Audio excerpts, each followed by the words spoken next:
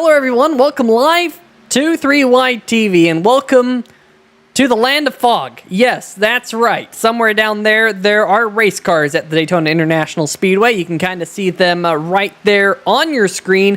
I'm Peter Short, alone by myself here tonight up here in the 3Y TV booth. It's a very lonely place to be, but I have you guys in the chat, right? That is the case, and as you can see, well, I'm not quite sure what we're going to be seeing here tonight. Hopefully we can get some good looks at these cars. There we go, a little bit better there. Ben Adams in the number 5 machine leading the way here in a little pack. Now, if you were expecting to see old Daytona, well, everyone was expecting to see old Daytona. The bumpy version, of course, that's what we said last week, is we're going to be on the old school version of Daytona with all of the bumps and all of the goodness. Well, they found out that the setup wasn't very good, so then they moved to this newer version of Daytona, and the iRacing elements decided to give them like 100% fog. So Neil in the chat saying, I think the weather machine needs a reboot. I think so too. JT saying, put it out. Maybe there's a fire, I don't know. Maybe it's just the fog rolling off the beach here at Daytona, but definitely going to be a fun one. We're going to try and get as many onboard shots as we can get here tonight to minimize the fog, but we are in the practice session, and one of the reasons why we are in the practice session is because we just transferred over into this session, so we're getting some drivers a little bit extra track time to try and get everything sorted out, and we'll see if the fog burns off for the qualifying session here in a little bit. JT Poole saying the lack of spotter vision could be catastrophic. I'll tell you what, I'm glad the iRacing spotters aren't real spotters, because this is probably about what the spotters would see. As you see the checkered flag falling, yeah, there you go, that's what the spotters would see from the other side of the racetrack. Now we will see if we can get William Kerwin up here in the booth to see if he can join me here before the start of the race. But we're over in the qualifying session. We'll keep our eyes here on the number 5 machine of Ben Adams as he rolls out on to the racetrack here in the Taz Racing Customs Superspeedway Series. Big shout out to Taz Racing Customs here, as well as tonight's sponsor of the race. That's right, we did get a sponsor for tonight's race. That's why it's broadcasted here on 3Y TV. Tonight's sponsor is North Central Photography. So really cool to have them on board. Big thanks to them for jumping on board and being the sponsor here tonight. Number 28 of Evan Gilbert bringing along that sponsorship here tonight. But Ben Adams out there starting to get that car up to speed. Let's see if we can get William Kerwin up here in the booth. William, you got a copy? Yes, sir. I'm here. I'm hoping this mic's working out better now. Yeah, it is. Well, we'll see if we can get you turned up there. See if we can get kind of these levels leveled out here. But William, we're seeing a lot of fog, and that is definitely gonna possibly cause some havoc for these drivers. Yeah, I just joined the server and I cannot see anything. So it was either I was hearing that there was going to be just a line of cars, or now there's fog. So we'll see what happens. Yeah, of course. The problem that we were seeing with the other setup, that we mentioned a little while ago, that at the old Daytona, it was going to be very single file. That's what the administrators said, is everyone was kind of running a single line. There wasn't going to be a lot of passing. So we reverted back to the newer version of Daytona. The setup seems to be working a little bit better, but we do have to contend with the fog as the number 25 machine going to jump up to the top of the board. That is Almond Hall in that race car. Kind of a newcomer here to the Taz Racing Customs Superspeedway Series, putting down a 47.431 on lap number 1. But of course, it is lap number 2 here at Daytona that ends up being the faster of your 2 qualifying laps. Once you get your car wound up and up to full speed, that is when you really put in that lap time. We continue to watch the number 5 machine of Ben Adams. He is going to come around to complete his lap time. Jeffrey Vickery in the number 21 machine. There he is, threat level midnight. Jeffrey Vickery jumping on board and sponsoring the final 2 races of the season. So we will have the final 2 races right here on 3Y TV. It's a 49 of Mitchell Adams going to jump up to the top of the board here with about 2 minutes left in the qualifying session there, William. Yeah, looks like it's starting to clear up though here in turn 1 there. So maybe this fog will go away. We can even see. But as soon as I said that, looking off, I believe that's turn 2. You can't see nothing. I just see a white car coming down the backstretch. But we'll see who gets the pole here tonight. I'm not sure if you went over the point standings, but Colin O'Leary, who missed last week, only lost 3 points to Christopher Darling. So we'll see how tonight plays out. If these guys are seeing fog and make mistakes. Yeah, you see your points leader right there of O'Leary. Of course, just a few races. I believe just 4 races left in the championship here this season. And that man right there got the win at Daytona to start off the Taz Racing Customs Superspeedway season. Got a couple of wins to his name. He's going to get a little bit of a pit stop practice. We've seen that be an issue here over the last couple of weeks with drivers. Absolutely. Yeah, drivers coming down, missing their pit box, and getting penalties. Yeah, and I'll say that I was one of them a few weeks ago at Talladega. We saw last week car spinning down into pit road there. I sped. I actually, coming out of the pits there, I hit the double yellow line just a little bit too early and cost me a penalty, puts me 2 laps down. So we'll see with the fog tonight if these guys can get down a pit road safely. And we were just at this track last week there. Yeah, and one thing about this race here tonight is the drivers will be able to see perfectly fine. So they should be able to see when they get onto pit road.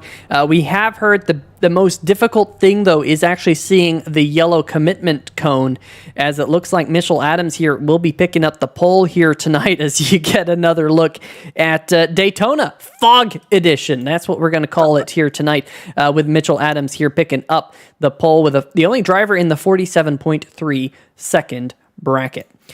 Well, that will turn things over into the race. We'll see if the race conditions are any better. And there you go, folks. You got your answer.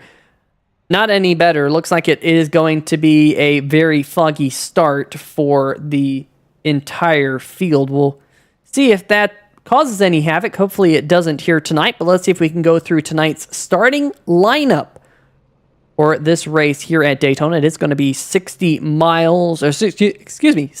laps. That's 150 miles here around Daytona International Speedway. And starting on the pole here tonight, like we mentioned, Mitchell Adams in the 49. Jason Gracias there alongside him in the number 1. Starting on row number 2 will be Doug Neal on the inside in that number 77, at least number 77 on the side of that car. Number 78 on the scoring pylon. Ben Adams in the number 5 machine will be starting alongside him.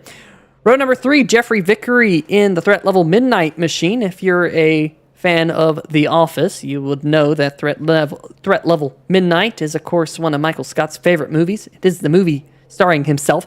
And Colin O'Leary, your points leader, will be starting alongside him.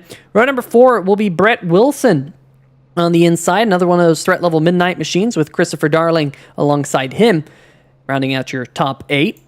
And rounding out your top 10, Paul Bilson, the number 51 machine, with Andrew Himmelman in the number 20 machine alongside him. And I believe, William, you've got 11th through 20th there? Yes, sir. Here we go. 11th place, the number 18 of Kyle Lewis. Alongside him will be Ullman Hall, number 25 car. Row number 7 is going to be Barry Knapp, the number 57, and Nathan Maurer. And we have some issues here on pit road. Oh, boy, we're stacking them up. We're already stacking them up here at Daytona, and that's going to be damaged there for the 57. I think the number 16, Brian Bradley, back behind him. You see Bradley, John Doble, and I think also Evan Burke there in the 42, and Shane Ledoux. Sorry to jump in there, William, but those drivers are already getting some pretty significant damage here, and that's not what you want to see. Look, the 42 machine, he doesn't have a front end, and the only thing I can think of, William, is this is the fog causing this. Yes, and obviously tonight is not meant to be a race night for us. They're coming down the back straightaway right now, and pretty much the inside line of cars is pretty bad. We see the 99 and the number 40 of Philip Scott and Nicholas Bradley in row number 10 there. We've kind of missed some of the starting lineup. due to the accident there. On row 11, Joe Tardif and Ben Mashburn back there. Hopefully he can get back up to the front. Evan Gilbert in the number 28, and Sean, because I'm going to mess that up. It's Kostritza. Sorry about that, guys. Yeah, that number 46 machine there, rounding out your top 24. We'll just go through Dominic Previte in the number 39 machine there on the inside, and Harrison Womack in the number 98 machine. They're back there now. It doesn't look like Womack is out there now. Kirby and Woodard on your final row here tonight, but let's go down to the starting grid. There we go. Pace car is headed down pit road. Green flag in the flagman's hand, and we're racing at Daytona Fog Edition here tonight in the National Sim Racing Association Taz Racing Customs Superspeedway Series, and it looks like that inside line here just not formed up here on the race start, and that number 1 machine, a little bit of a new look for Jason Gracias this week. Trying to get a little bit of help from Ben Adams, but look at Ullery, the number 62 machine, your points leader as they head onto the backstretch through all that fog. You see them heading up at 190 miles an hour, already halfway down the backstretch. Yeah, here they come headed into turn number 3. Everybody pretty, holding their self pretty well right now with the fog. We're riding on board here with Jeffrey Vickery, the winner of last week's race. He had an interesting strategy last week. He came in by himself to pit road under a green flag, and then at the end of the race there, we had 2 green-white checkers, and he ended up staying out while most of the leaders pitted and gave him the victory. As we look out the back, he's the leader right now, I believe. Yeah, so that is the number 10 machine right behind him, Brett Wilson, his teammate. So we got a couple of those threat level midnight cars. Mitchell Adams did lead the first lap. The 62 machine is, oh my goodness, I think some of those iRacing glitches happening a little bit further back. Jason Gracias in the number 1 machine, remember he was leading that outside line. Well, that outside line has fallen back considerably. Gracias from 2nd back to 10th on the first lap. You see a little bit of side-by-side action back behind him, but I think these drivers, I think they're going to kind of get single file here early on. We saw a lot of single file a couple weeks ago at Talladega, William, but last week when we were right here at Daytona, it wasn't all fogged out like it was tonight. However, we got to see a little bit of that side-by-side action, and drivers really learn a little bit about this new drafting package that iRacing added not all too long ago. So we'll see if they can take that again here tonight. Yeah, well, we got some checking up here on the back straightaway. Here comes the outside line trying to work again with the number 20 and the number 1 of Andrew Hillman and Jason Gracias going to the outside. But I think these guys maybe trying to take it easy. Maybe I'm not sure how well their in-car cameras or their view is in real life, but we'll see if these guys are just trying to take it easy right now, especially after last week. We had a few major incidents there. And so these guys trying to take it easy right now. Angel Hillman on the outside all by himself. Nobody helping him. He's going right to the back of this pack. Yeah, and you see the whole field racing on by this camera. Oh, man, a couple of drivers running over our camera. We have a couple of drivers towards the back of the pack who are a little bit off the pace. Looks like Evan Burke in the number 42 machine. He's well off the pace. He, I think, had to come down, William, and get that front end repaired. They do have one fast repair here in this particular series. He isn't a lap down yet. He's still on the lead lap. That's the good news for all the Evan Burke fans, but currently being scored 33 seconds behind the race lead. Meanwhile, Sean Kostritza and Nicholas Bradley here working together. They're a little bit further back off the lead pack, about 6 seconds off the race lead as they work their way through the tri-oval. But already the field starting to break up a little bit, but up at the front it is still Mitchell Adams. Yeah, absolutely. So the 42 had I'm not sure if he pitted. He might have to get the repair done. He had that one. He used up his reset already. So the best thing that could happen is a lot of these cars get taken out here, and this could get him back in the race, and he, just come down a pit road, get some Ford tires and fuel, and we'll see if he can make his way back up for front here. A lot of squiggling around going on right now. I see him throughout the pack. We got some side-by-side racing here with the number 25, almost some contact there. They're heading down in the front straightaway right now. Yeah, so they will go 2 by 2. Ben Mashburn in the number 23 machine also in that group of cars. You can see how the field here really starting to break up. We got one car coming out of pit road down there. We'll try and figure out who that is. We're not seeing a whole lot of side-by-side action in the field, especially up at the front where we've been mostly single file. Looks like Nathan Maurer getting around Paul Bilson there, the 51. He might have thought about just trying to jump up to the top side, but he's going to drop back in line in his machine. Going to fall to the tail end of the lead pack and see if he can mount a charge. But we do have the couple of teammates up there in this front pack of cars, William. We got the two threat level midnight machines of Vickery and Wilson. Then we also got Nathan Maurer and the 77 of Doug Neal. And I thought Doug Neal and Nathan Maurer were in the right spot last week when we were here at Daytona. I thought they would have enough fuel, but things weren't meant to be. They came down pit road and really gave the race to that number 21 machine. It was a really interesting finish, unlike one that I've seen here before on 3Y TV. Yeah, it was a big mess coming to the end there, and like we talked about earlier, Jeffrey Vickery, he came in actually by himself under green, and we have another car pulling off to pit road here. I'm not sure who that is with the fog, but oh no, they're just letting the cars go by. That's actually the 42 car, letting them guys go by. But going back to Jeffrey Vickery and Nathan Maurer, Nathan came down pit road, and I think he ended up being in one of those two green-white checkered wrecks last week there, along with his teammate.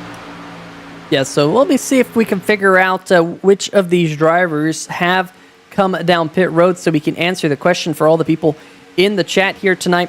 Evan Burke, the number 42 machine, we of course have seen his pit stop. Not really seeing any other drivers come down pit road. Woody Woodard in the number 8 machine, there he is. He's all by his lonesome. He was that car that we saw coming off pit road a little while ago. Barry Knapp in the number 57 machine. That answers it. He has disappeared from the racetrack. Looks like he might be calling it a night. He did complete a couple of laps in the 57.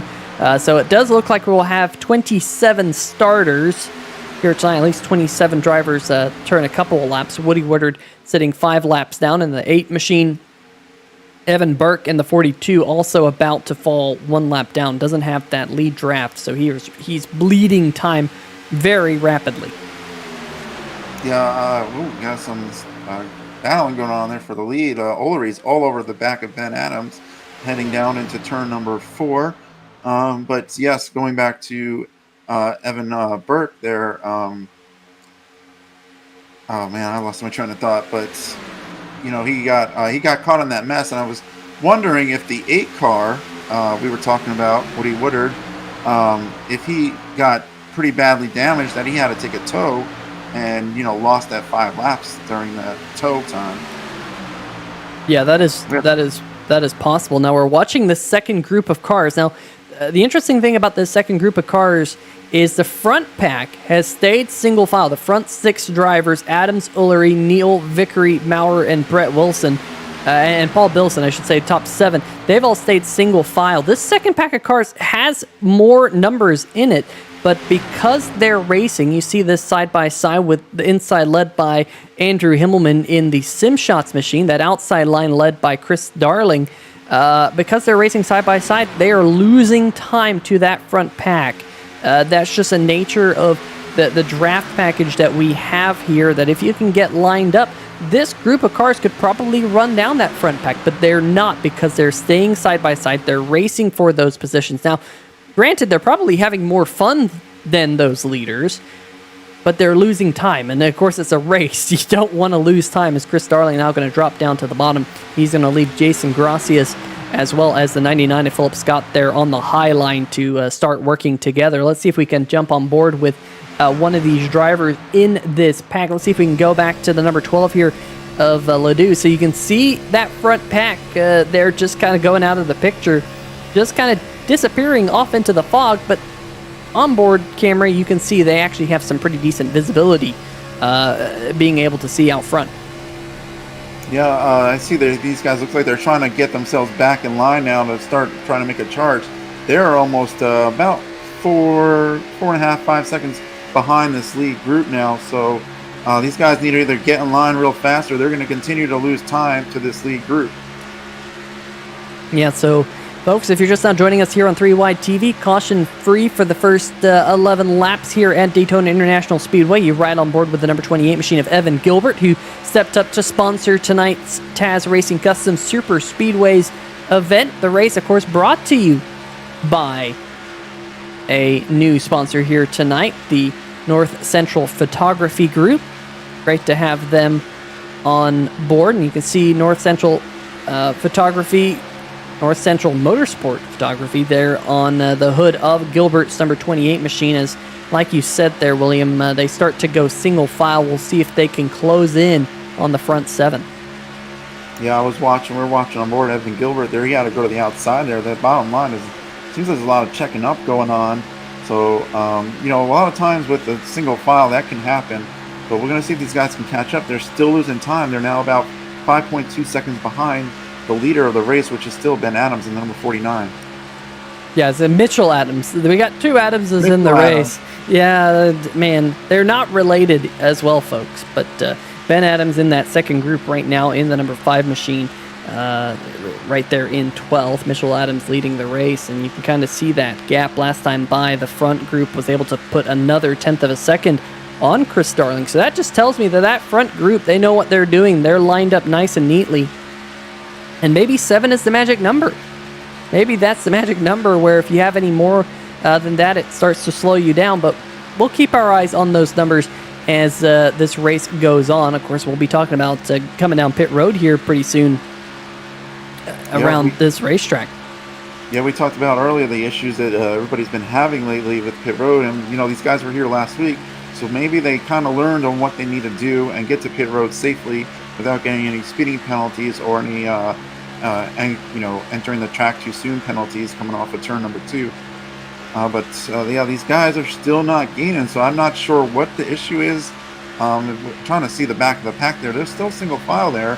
We're looking out the back now of the car, and we see Andrew Himmelman's number 20.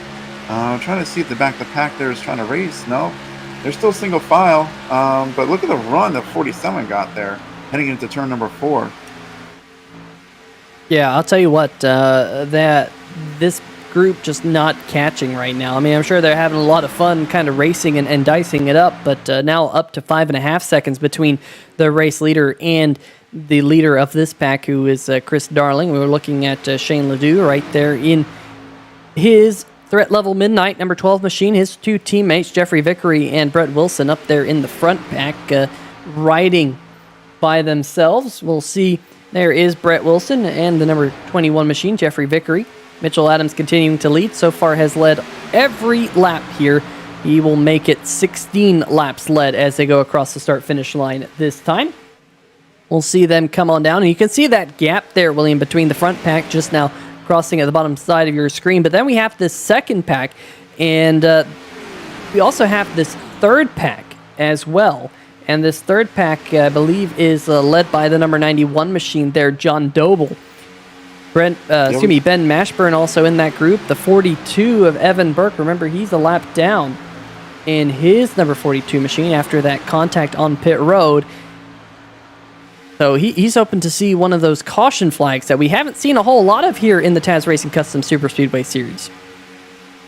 We have not seen any tonight there, but we were looking at that view there at the front straightaway of the groups. That 7-car group looks like they're not wiggling around as much as that second group. That second group of cars is all over the place, but maybe this 4-car group can catch that back of that second group there. I'm not sure how far behind they are currently, but anything can help that 42 is get a caution right now. We see Brian Bradley, he's running 24th right now. This is a 3-car group that's way back.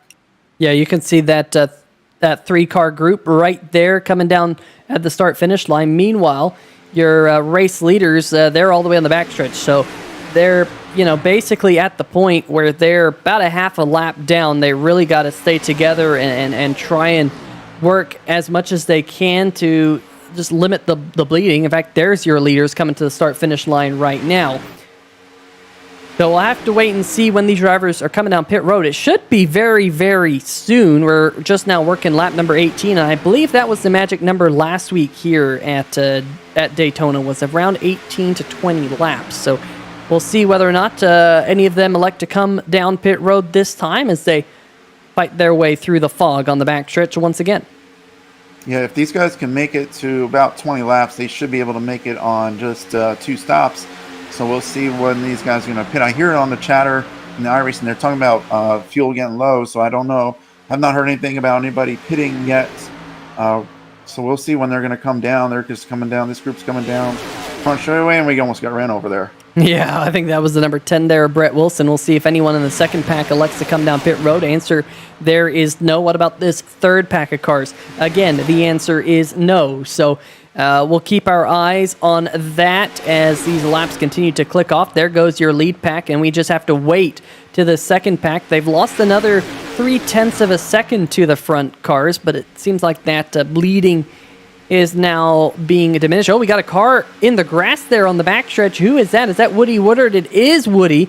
Woody down there. We'll see if we can figure out what happened, whether he spun or kind of went down there on his own accord, or maybe got lost in all the fog here at Daytona. Here he comes, coming out of turn number 2, and yeah, just goes down there on the bottom side of the racetrack. Not sure if that's a mechanical failure, possibly having some issues.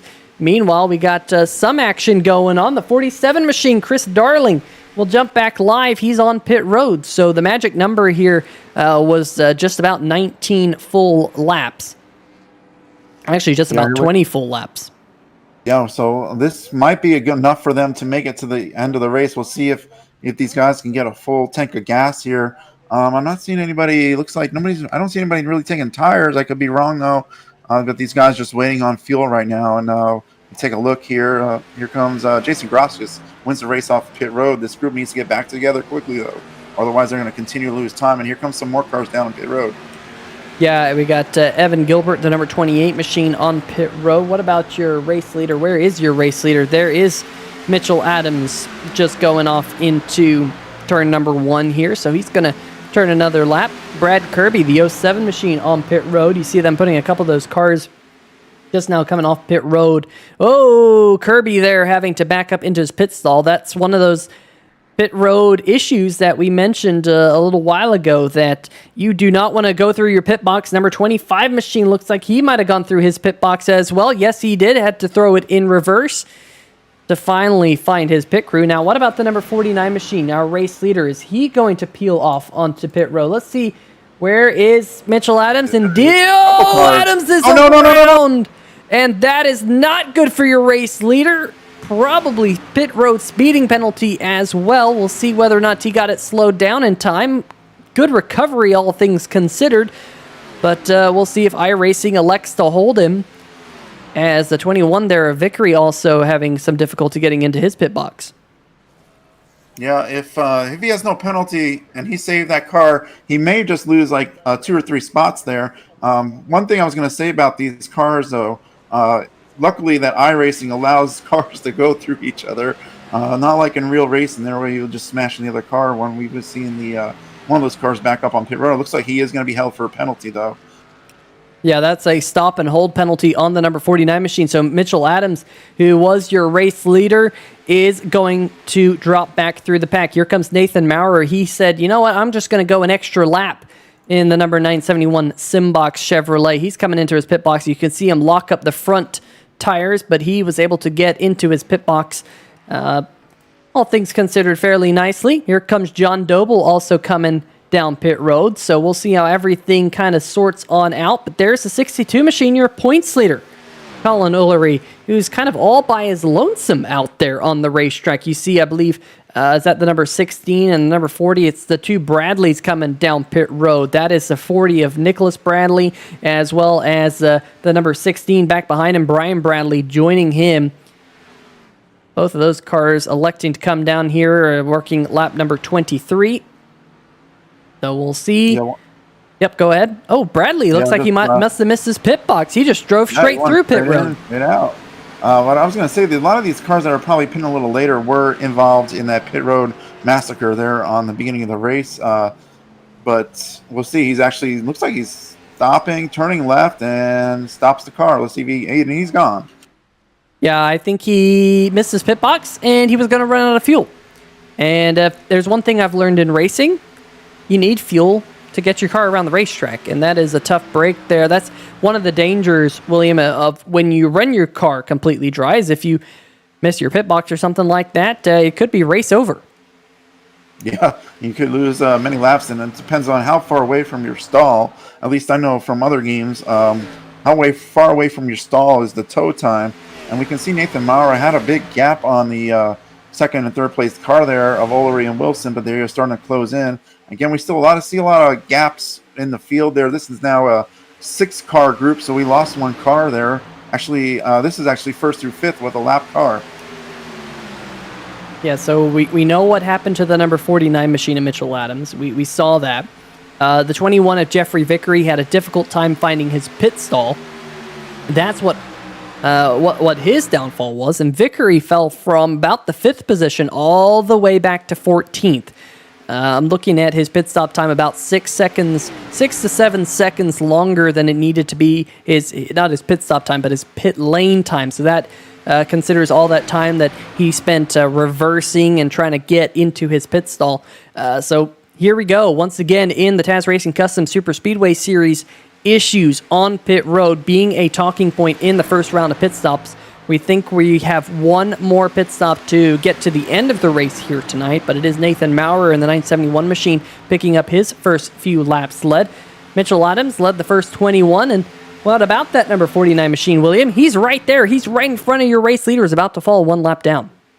Yeah, he got that stop and hold penalty for speeding in, and he is going to lose a lap here. So after leading the first 20 laps or so, this could be bad for him. He needs a caution, and hopefully he's praying right now something could happen to him. And here comes the leaders looking low. Looks like he's just going to let them on by. Maybe he can get the lucky dog when if the caution does come out. If not, then it's going to be a long race for him. Yeah, we're right on board with the race leader, just blasting on past that number 49 machine. So Mitchell Adams will join the lead pack, I'm sure. He'll slot in line back behind the number 51 machine. Also, looks like the number 46 machine there with him. In fact, it is Sean Kostritza that he's racing for that lucky dog position. It is that 46 right there who is in the lucky dog spot right now. So if the caution flag was to come out, the 46 would inherit that lucky dog award and get back to the lead lap. So not looking good here for the 49 machine, your current National Sim Racing Association Truck Series champion in that number 49 machine. In fact, he went back-to-back. We got National Sim Racing Association Truck Series action here for you beginning next week for what will be one of the preseason races in the 2021 Stay Tuned Sports Podcast Truck Series. That's right, Stay Tuned Sports Podcast jumping on board for the Truck Series. You won't want to miss it. It's going to be a fun one right here at Daytona International Speedway, the Clash, to start off the season. And to get into that race, you had to qualify to make it into that show. And so we've been keeping an eye on, the different drivers who have worked their way into the... The 51 machine, that's Paul Bilson. Heavy contact with the inside wall. He's off the racing surface. Don't think that will bring out a caution. But let's see what happened here. If we can go back and see if there was a little bit of contact. Looks like there probably was. Let's roll the tape here. Of course, can't see a whole lot. Down. And there was the lap car, I believe, right there. Yeah, I think that was the number 46 machine. We'll see if we can get another look at it. Yeah, here he comes. The 51 machine coming down the racetrack. Yeah, absolutely. There was a race car down there, Paul, unfortunately, and number 51 getting the bad end of that stick. That will, of course, give that lucky dog position to the number 49 of Mitchell Adams. Let's see if we can go on board. Let's see if we can see what went on the inside of that number 51. Comes down the racetrack, and there's a car there, and this is going to be one hefty lick into the inside wall.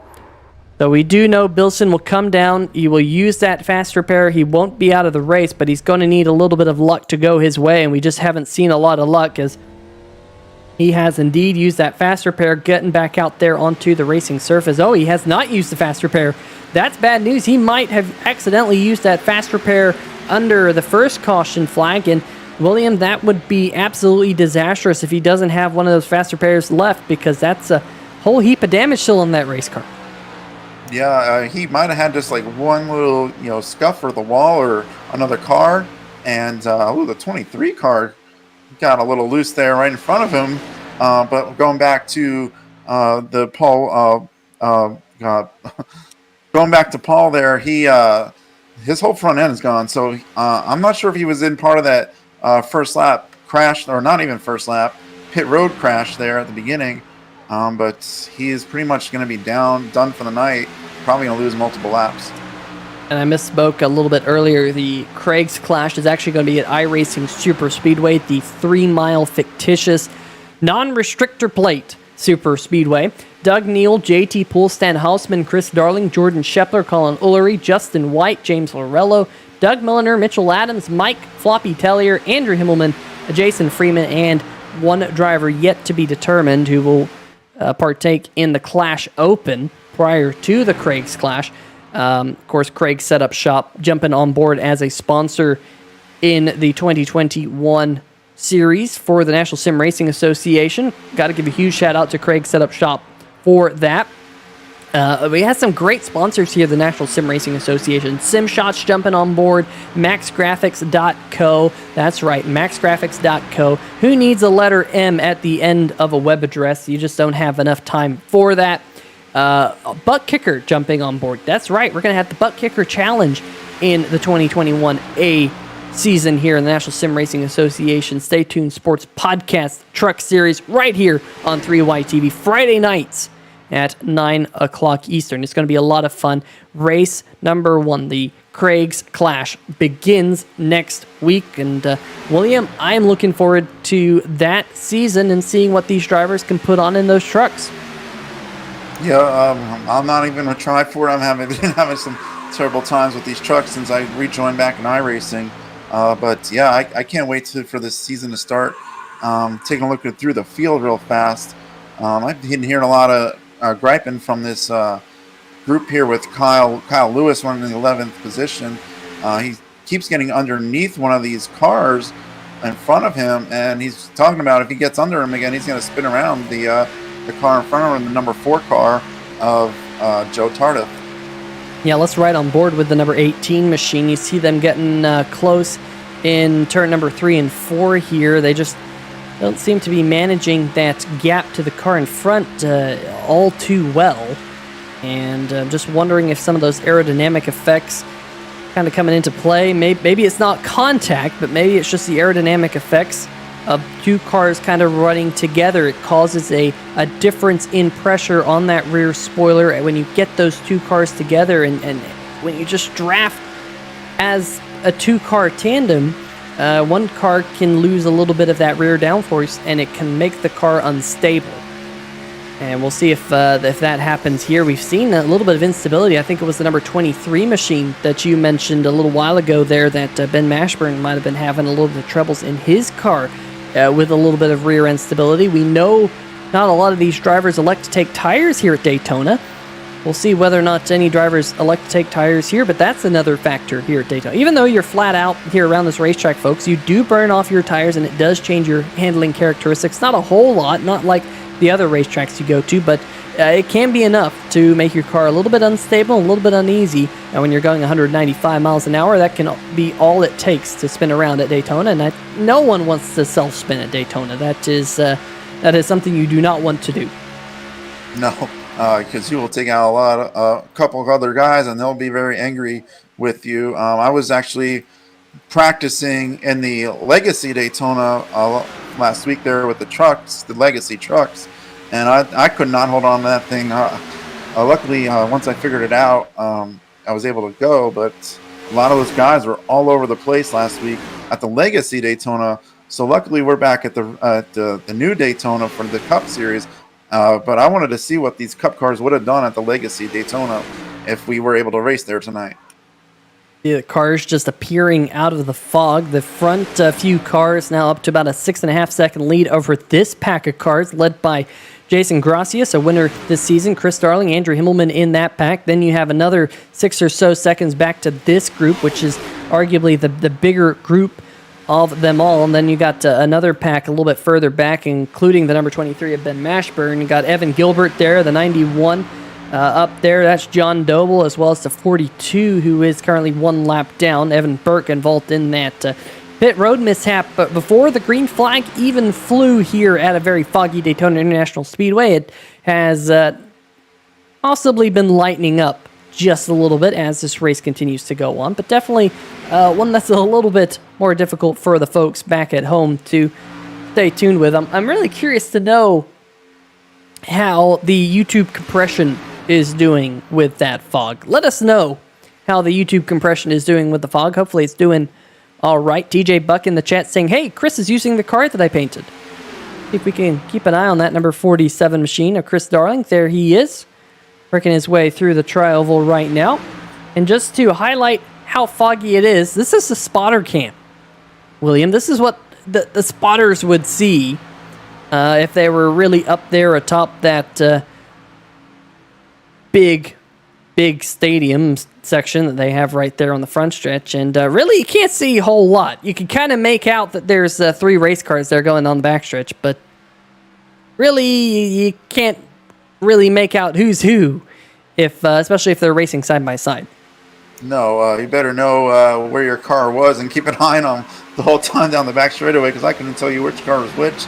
They're down the back straightaway looking at this lead group again. We're going to see when they're going to pit. I'm hearing, again, pit stops. We got some cars. Looks like the second or third group pitting. Looks like Ben Mashburn maybe, and I'm not sure who the other car is. I can't see it. Looks like the 18 of Kyle Lewis. Yeah, so we'll see if Chris Darling here in the 47 machine, was he able to get... I saw some smoke there, Chris. Was that you backing up? Was that Chris Darling backing up? Did he miss his pit stall? Did Chris Darling miss his pit stall? That's the question that everyone wants to know here on 3 Wide TV. And yes, he did. Chris missing his pit stall again. Goes together like... Ben Mashburn's having some trouble here. He just slipped coming out of pit road and he hit the inside wall. Was that Ben Mashburn, or was that someone else who had some issues? The 5 car.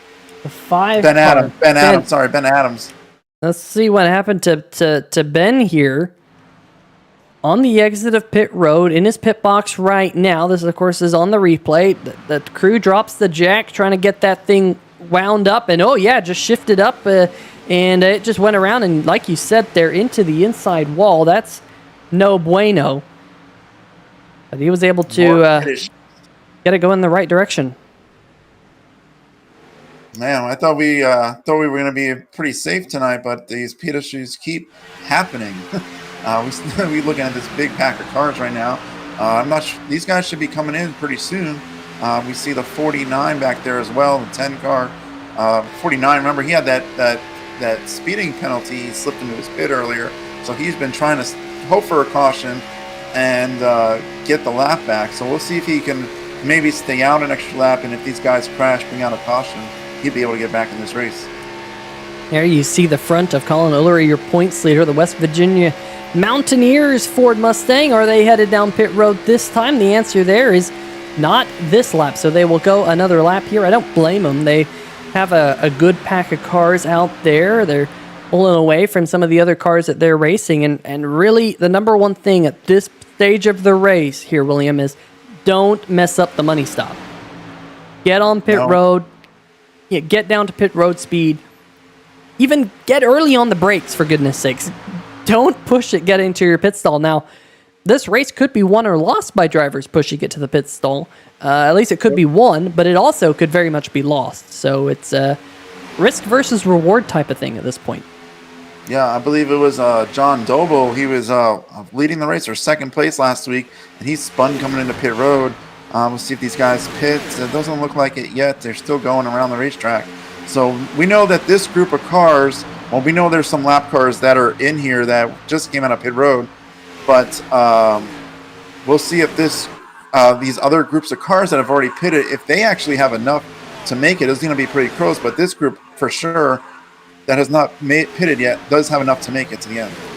And that lead group is catching a couple of other lapped cars. We go on board with the race leader, Nathan Maurer. He's closing up what I believe is the number 46 of Kostritza right in front of him, and in front of the 46 is the number 99 of Philip Scott. Now, this could be kind of interesting whether or not they have to come down pit road. They do, and whoa, how about this?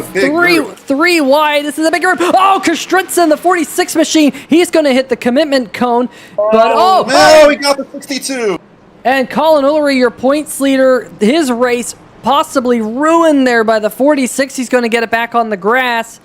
But my, oh my, pit road once again causing havoc. We'll go back and see that one. You see the 46 locks up the brake. Ullery tries to get over, but just got clipped and into the grass. That is a massive shame for your points leader. I'm sure he's going to get a penalty of some sort for that. You see him getting tires on that race car, and he's going to get down and away. We'll see whether or not iRacing gives him a penalty for that one. That might be one where the race admins might be able to clear it. Meanwhile, Brett Wilson, he elected to stay out another lap. He said, you know what, I don't want to be a part of that mess. He saw all those cars coming to pit road, and he stayed out. Now, that could work out for Brett Wilson. We saw how much of a mess it was coming down pit road. We'll just have to see how this all shakes out. Yeah, and that's what Jeffrey Vickery had talked about that earlier. That's what he did last week. He stayed out an extra lap. It looks like Wilson was taking some tires, so maybe a little bit longer pit stop than anticipated, because now here comes the 971. He's coming off of turn number 4. He was the race leader of Nathan Maurer. Let's see if he'll get by the he should be able to get by Wilson there in the 10 as they come down the front straightaway.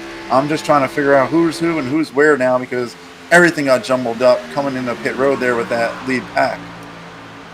Yeah, and I'm just keeping my eyes on this front group.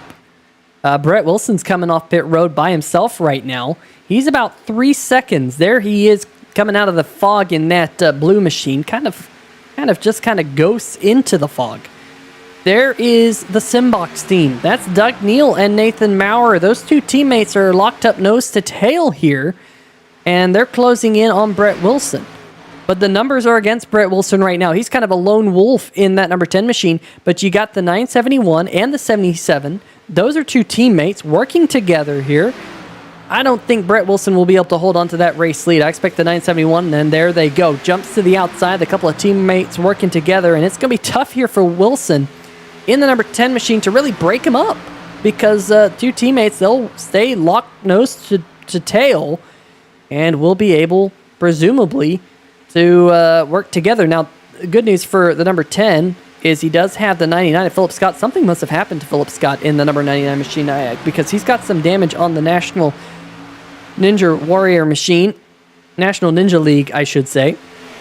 That number 99 machine right there. And folks, in the chat, the number 99 here, Philip Scott, here in about a week, he will be going up to, I believe, Seattle to partake in the United States round of Ninja Warrior. Yes, you might be able to see him on TV. We'll keep our eyes on Philip Scott. Send all of the good wishes in the chat as he tries to once again make it to the national competition. But lap count winding down, 13 laps to go. The 971, the 78 up at the front of the field, at least there on the left side of your screen. The 78 of Doug Neal sporting the number 77 on the side of that race car. The number 77 taken by Drew Eisenman, my partner here on 3Y TV on Friday nights. But he's got number 78 on the scoring pylon, number 77 on the side of that car. Not to confuse all of you people back home. We do have a second pack of cars here. That is right here. 5 cars working nose to nose, trying to close in on that lead group, but it's about 5.5 seconds. That's going to be a pretty big gap to close in the final 12 laps here at Daytona. William? Yeah, going back to this lead group here real fast. There's only 3 cars really battling for the lead, with 2 lap cars in between here, between the 10 and the 78, 77 car. But we saw this last week too with, I believe Chris Darling was in between 3-car packs of leaders, and he was a couple laps behind. He ended up giving way towards the end of the race, but that's when all the accidents started to happen. But we also saw last week one of the leaders trying to get by these two teammates. These two teammates were leading the race last week, I believe, before the end of the race when the caution started to happen, and it was hard for them to get by them. You can see these cars heading down the back straightaway. Nobody really making any room there. I saw Ben Adams clip onto this group now, so make that 3 lap cars with 3 leaders in this main pack. Yeah, and the numbers are on their side, if you will. You got 6 cars up there in that second pack of cars. I think there's 5 in that pack of cars led by the number 1 machine of Jason Gracias. They're just not making up any ground on this front pack.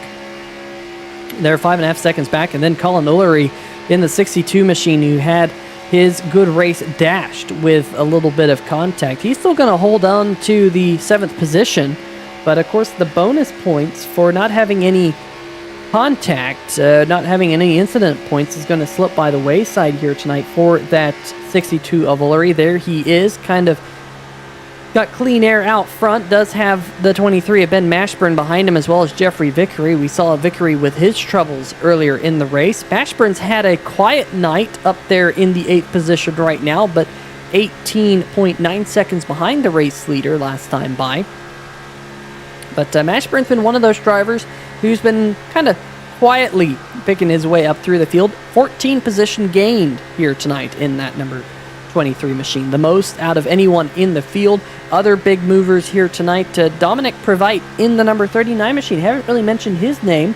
He has also picked up 14 positions. There he is in that race car, running right behind John Doble. We'll see if he can pick up another spot before the end of the race, maybe pick up the most positions gained throughout it, but keeping it nice and clean. But unfortunately, the only car around him is that number 91 machine. As you can see, John Doble sporting the Your Logo Here look on that race car. So if you want to sponsor one of these cars, hit up that number 91 machine of John Doble.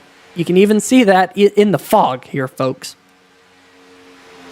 Yeah, I'm just surprised. A lot of these guys we saw up front last week having so many issues, pit road issues, any kind of issues, spin. We saw a car spin earlier.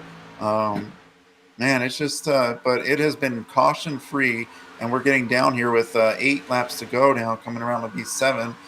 And we look at this lead pack again, and still it's Nathan Maurer. He was up there last week contending for the win. Let's see if he can pull it off this week if there is no cautions, which he is praying on that there is none. But he should not have to pit if there is a caution there, Peter. He should be fine, good to the finish there. But I'm not sure about some of these other cars if they have to pit a little bit earlier.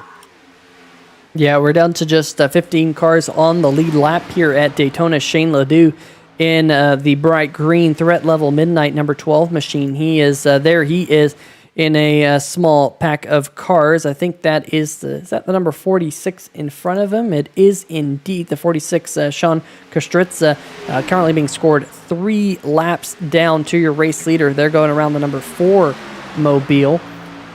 There is the number 4 machine. That's Joe Tardif, who is now the last car on the lead lap. Trying to not fall a lap down, but the bad news is there is the bright orange number 971 machine. I'm glad the 971's bright orange here, William, because you can kind of make out the 971 in and amongst this fog. Yeah, and his teammate behind him in the 77 or 78 car, he's pretty bright as well. John Doble, we'll go back to him real fast. He actually finished third, I believe, last week. Another car that's having trouble tonight with no cautions or anything to get these guys back together and trying to gain any positions. These guys are close and fast, though, on that group of cars. Let's see what happens if these guys will give way to these leaders heading off into turn number 4 right now. They are probably next time by, they'll get to them there, Peter. But we'll see what happens here. We're getting down now to 5 laps to go, I believe. Yeah, 5 more laps to go, 12.5 miles around the famed Daytona International Speedway, the World Center of Racing, as it has come to be known. It's come a long way since racing on the beach here, just a couple miles away from Daytona International Speedway, where it is. Of course, really the house that the Frances built here in eastern Florida on the East Coast, Daytona Beach. beautiful location. We even have a racetrack just outside the confines. It's not a racetrack, an airport outside the confines of the racetrack, having that backwards. As like you mentioned there, William, the lead pack has caught that smaller pack there as Maurer goes to the outside, and oh man, they're getting a little bit racy, maybe a little bit more racy than they needed to be here, but this could be good for Brett Wilson because in and amongst those cars is one of his teammates. That is Shane Ledoux in the 12. Can he pick up his teammate? And all of a sudden, your front pack in and amongst the lapped cars, there's only 3 cars, folks, in this lead pack of cars that are on the lead lap. The bright blue number 10 machine up there on the top side, and then your 2 race leaders right now. Oh man, getting tight back there, almost banging doors. They are banging doors. The 4 and the 07. A couple of teammates coming together, and they're able to somehow save it. Can you believe that? Brad Kirby coming together with Joe Tardif. Let's see if we can get a replay of that one as we have 3 laps to go.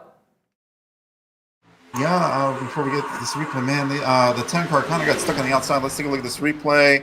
Got on the walls, and he goes down the track, saved that race car. But these guys still going around, man. Woo. Yeah. But I was listening to the leaders asking for those lap cars to go high prior to them catching them. And those lap cars said, we're racing for positions here too. So the leaders had to go to the top side. And another view of that again. These guys now heading down into the front straightaway. There'll be 2 laps to go this time by.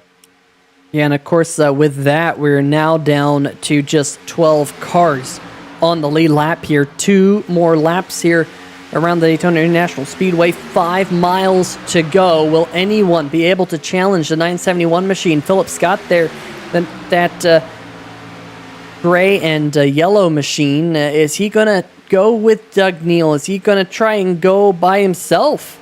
Of course, he's a lap down right now in 13th. But you don't want to finish a lap down on a racetrack like this. You want to go, and for Philip Scott, there's nothing to lose because you remember here, William, there's no points if you finish outside the top 10. So for Philip Scott, if he wants to go out there and have some fun, there's no points on the line, and it looks like he is going to jump out, but I'm a bit surprised there that the number 10 machine didn't go with him. Maybe the 10 of Wilson going to see if he can get a run with some of these other cars. But as of right now, you see Evan Gilbert there coming off pit road. Brett Wilson not mounting a charge. White flag here at the 2.5-mile Daytona International Speedway. All right, they're headed down the back straightaway for the final time here tonight. Let's see if Doug Neal wants to make a run with the 10-car of Wilson. Looks like they're going to stay single file right now. At the moment, they're heading down into turn number 3 for the final time. Nobody's making any charges. It looks like this is going to be Maurer's race, unless he makes one quick mistake here at the end. But it doesn't look like it. They're going to stay single file coming to the tri-oval. And here comes the 971. Nathan Maurer going to go to victory lane here in the Taz Racing Customs Superspeedway Series. Green flag wire to wire here tonight. No caution flags.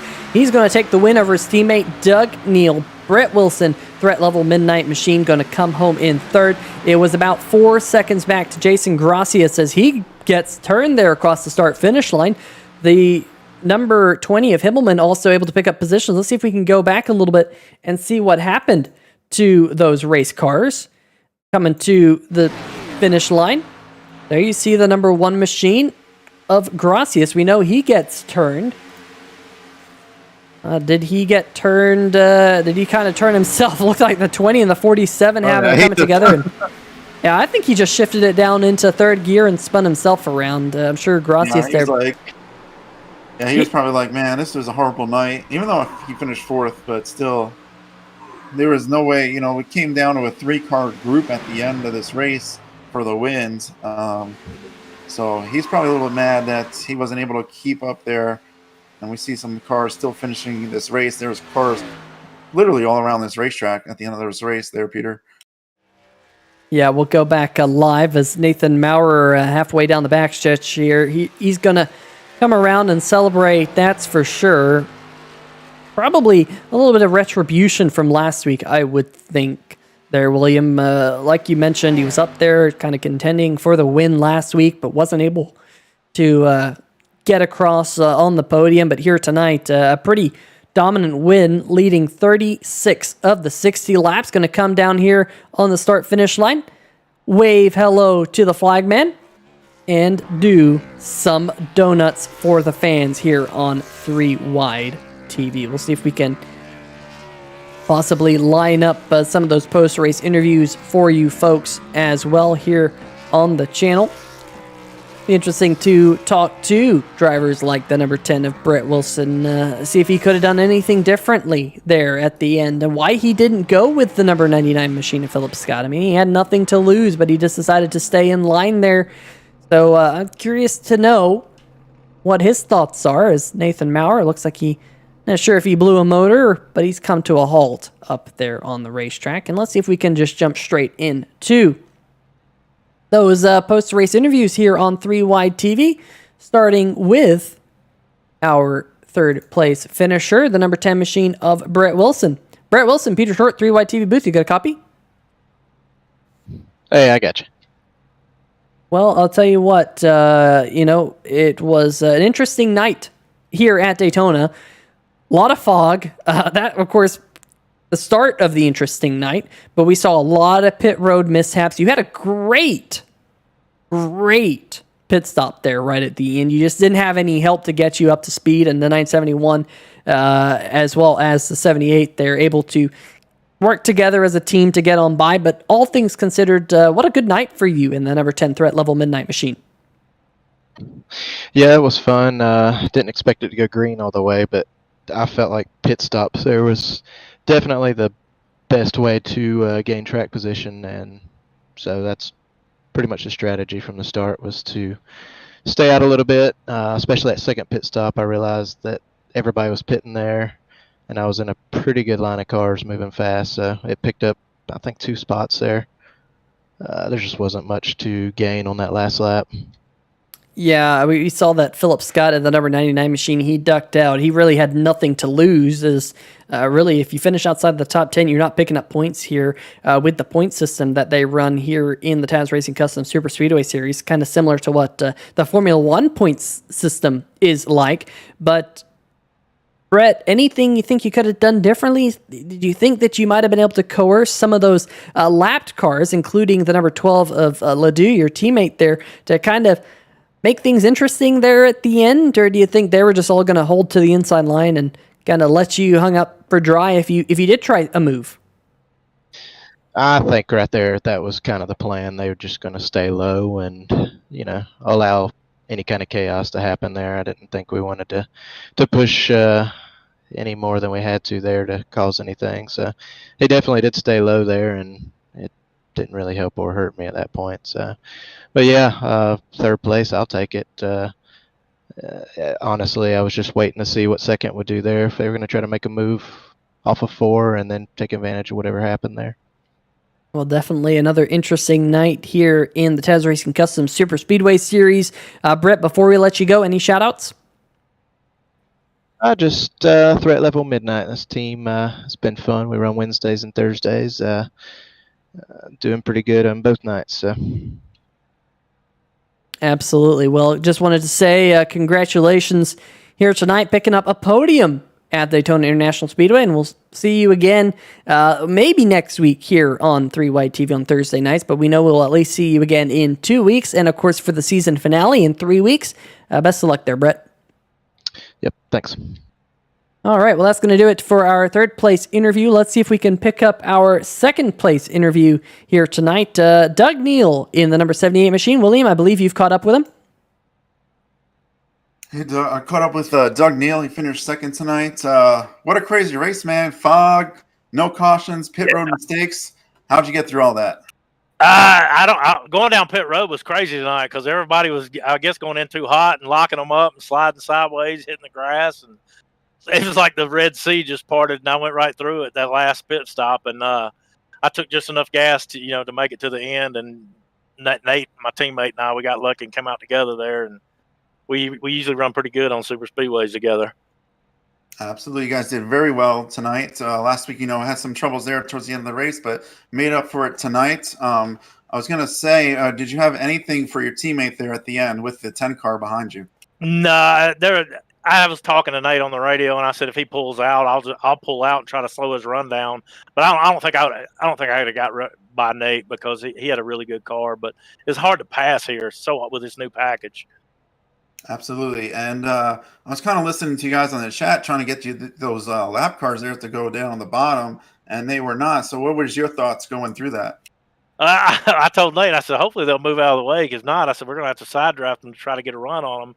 Because if not, they're going to pull, they're going to stay with us and we're not going to get around them. And I was thinking that maybe Brett would probably stay with them and they would go right by us, if he stayed with them. So we tried to side draft them, and I don't think they really like that too much. But we weren't trying to wreck anybody. We were just trying to side draft to get by them, Absolutely. Before we let you go tonight, you have any shout outs for anybody? Just my teammate, hell of a job tonight. Broadcast crew, you guys always do a good job. And my company, SIMBOX, if anybody's looking for a button box, message me on Facebook. It's facebook.com, SIMBOX PC, or you can send me a message, and I'll be glad to try to help you out. All right, Doug. Thanks. Congratulations tonight for the second place finish. And then we have your teammate now, Nathan Maurer, should be coming up to the booth shortly. All right. Thanks, guys. I appreciate it. All right, that is the case. Doug Neal will let Tim go celebrate with his crew, but we'll go down to Nate Maurer, the 971 machine, who is in victory lane, leading 36 laps here tonight, by far the most laps led, and it was a story of pit road mishaps here tonight, Nathan. We saw a lot of drivers really miss getting on pit road, either missing their box. We saw speeding on pit road by the 49 machine up at the beginning of the race, Mitchell Adams, who led the first 21 laps. All things considered, getting on pit road is super, super important in this series, especially over the last couple of weeks. Have you been practicing that at all? No, I don't know how I'm so good. My buddy Justin White, my teammate, he doesn't understand it either. I don't practice, and even my sim racing apps wasn't working tonight, so I didn't have a speed to go off of. I just kind of go off of the sound of the car. Well, I'll tell you what, you did a fantastic job getting to pit road. We saw so many other drivers struggle here in the fog. We think the fog might have had a little bit to do with it, but we've seen how difficult it is to pass over the last couple of weeks. How important was it for you to get out of pit road in front of Doug to walk home with the win tonight? It was great. Doug, I kept on telling Doug, good job on pit road. Sometimes he has some mishaps, but for him, I think it was running like fourth there, and for him to actually come out of his pit box at the line, come to the line before me, I was impressed. But he knew I was up to speed, so he stayed left for me. But with 2 to go, I asked him if he wanted to win. I was gonna just go high and let him keep going, but he wanted me to win one. Well, I'll tell you what, definitely a great race here at Daytona. We'll see. I think next week we'll be going to Talladega, presumably. Maybe there will be fog. Maybe there won't be fog. Hopefully, if there is fog, it'll be less than what we have here tonight here on 3 White TV. What are your thoughts about Talladega with this new package? Oh, this new package is terrible. You gotta be aggressive on and off pit road to make up spots.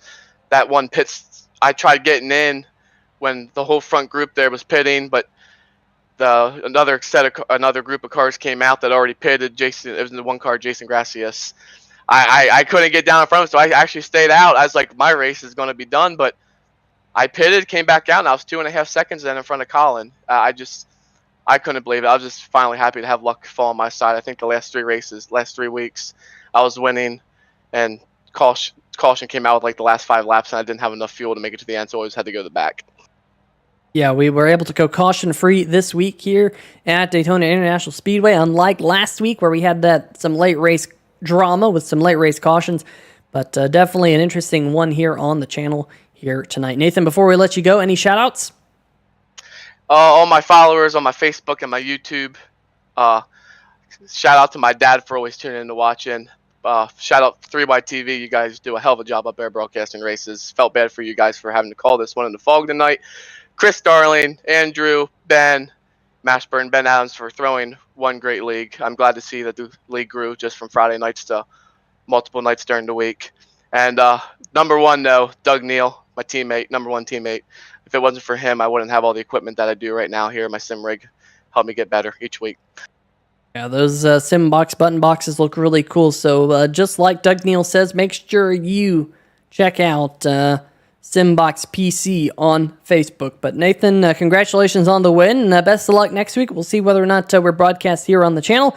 Hopefully we know a little bit early so we can plan accordingly. But congratulations again on the win and best of luck next week. Thanks, guys. You guys have a great week.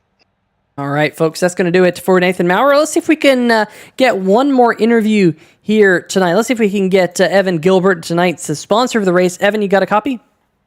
Yes, sir. Well, it didn't seem like the race went to plan there in that North Central Motorsport number 28 machine. Talk us through your night. I don't know. It didn't start off too great. I did really terrible during qualifying. I just did not have it together. My wheel ended up slipping off my desk pretty much. But overall, we did pretty well. The only thing I'm most frustrated with was the fact that right toward the end there, me and I don't know who was behind me. There were two cars behind me, went to make a pass on the high side, and a car pushed me right up into the wall. I didn't even really finish the race, so... Yeah, there was some argy-bargy happening right there towards the end of the race, that's for sure. We caught a little bit of it here in the fog, but with all the packs all broken up, it's the third week in a row we've seen a lot of packs get kind of broken up. I mean, it's like new Superspeedway racing. We don't typically see this at Superspeedways with this new iRacing package that's come about. Yeah, I was really personally hoping for a caution there toward the end because that would have brought everybody back together. Would have been somewhere around 14th place. I think I would have had a little better chance if we would have got back together. Do you think next week we're going to see more drivers practice getting to pit road from a pack to try and get down to pit road speed? I can tell you what, I really do think we will, and I know for a matter of fact, me and Evan Burke were just talking about it. We are going to practice pit road because we are both not great at it. Yeah. Well, we will have to keep an eye on that next week in practice. But before we let you go, Evan, any shout-outs? I really just want to shout out my spotter, man, Connor Dice. He was doing an amazing job all night. He's been putting up with my attitude all season, I guess you could say. Puts up with me every day, and it's awesome to have him there. All right. Well, we'll see you again possibly next week. Best of luck there, Evan. All right. Thank you. All right. We'll let Tim get back to his group. And William, I think it's about time here tonight to go through tonight's final race results. They're up there on the screen. William, why don't you take us through tonight's finishing order? All right, here we go. Tonight's finishing order. Obviously, we just talked to Nathan Maurer. He was our winner tonight. His teammate right behind him, Doug Neal, finished second. Brett Wilson had a good car, just no teammates to help him out at the end. He ended up third. And then we go through this second pack of cars, which had Jason Gracias. He finished as fourth. Angel Himmelman, again, a nice solid finish for fifth place tonight. Chris Darling, making up from last week, finished as sixth. Colin Olery, after his spin on pit road, getting collected, he came home seventh, so nice recovery for him. Ben Mashburn, he was quiet all night. We were talking about him. He came home eighth. Jeffrey Victory, our last week's winner, came home ninth. And John Dobov came in the 10th spot to round out the top 10. Yeah, finishing in the 11th position here tonight, Kyle Lewis. Dominic Provite in the number 39 machine. He ended up picking up 13 positions, just one shy of Ben Mashburn's 14 positions gained here at Daytona. And the last car on the lead lap at that. Ben Adams finishing 13th, Shane Ledoux 14th, Philip Scott, Brad Kirby 15th and 16th. Mitchell Adams, your early race leader, he succumbed to a pit road speeding penalty, finishing down there in 17th. Almond Hall down there in 18th. Joe Tardif, some late race contact there with Evan Burke, whose race was stunted. Not even about 100 yards into it. And in fact, it wasn't even 100 yards into the race. It was on pit road prior to the green flag as the cars were rolling off the grid. Definitely a tough night for that number 42 machine there, William. Yeah, absolutely. Here we go through the rest of the field. Nicholas Bradley, he came home 21st. Evan Gilbert, we just actually spoke to him. He was our sponsor for tonight. He came home 22nd. Sean Kozitra, he the number 46 car finished 23rd. And then we go through some of these cars. Paul Bilson, we saw him came down on one of those lap cars earlier on. He spun himself out, crashed in the inside wall off the back straightaway, took himself out of the race. Brian Bradley and Woody Woodward, we saw him stop, and Barry Knapp and Harrison Womack finishing out the race. I don't think Harrison Womack started the race. No, he did not. We had 27 drivers take time here tonight.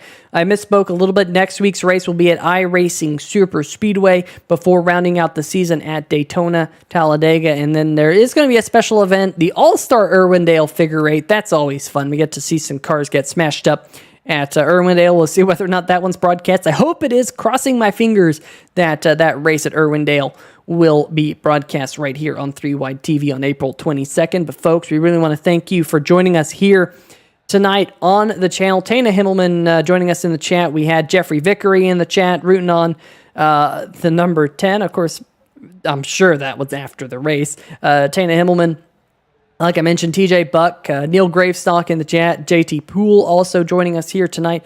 Kind of a wild night in all of the fog, but we want to give a big shout out to our friends over at SimTV for the camera angles that we bring you here on 3 Wide TV each and every week. William, any final thoughts? Just another crazy night. Fog. We were supposed to race at the Legacy Daytona. Didn't happen. We saw a lot of issues with a lot of good cars. I just see the point standings being updated, and it looks like Olery only lost a few points there. Still has a 32-point lead over Christopher Darling. And I've been seeing in the chat for the series that there's been some issues going on between Brad Kirby and I'm not sure who else, but hopefully they'll get that figured out for next week. Unfortunately, I'll be out of town next week, so Peter, good luck. Yeah, we'll see if we can get someone up here in the booth for next week. Hopefully, we know whether or not we're broadcasting here next week before, a couple of hours prior to the drop of the green flag. So we kind of do this one on a race-by-race basis, but we'll see whether or not we are. But folks, we really thank you for tuning in here tonight. Have a great rest of your Thursday, or whatever day of the week it might be. It might be Friday if you're watching this the day after. But folks, have a good night, stay safe, and we shall see ya!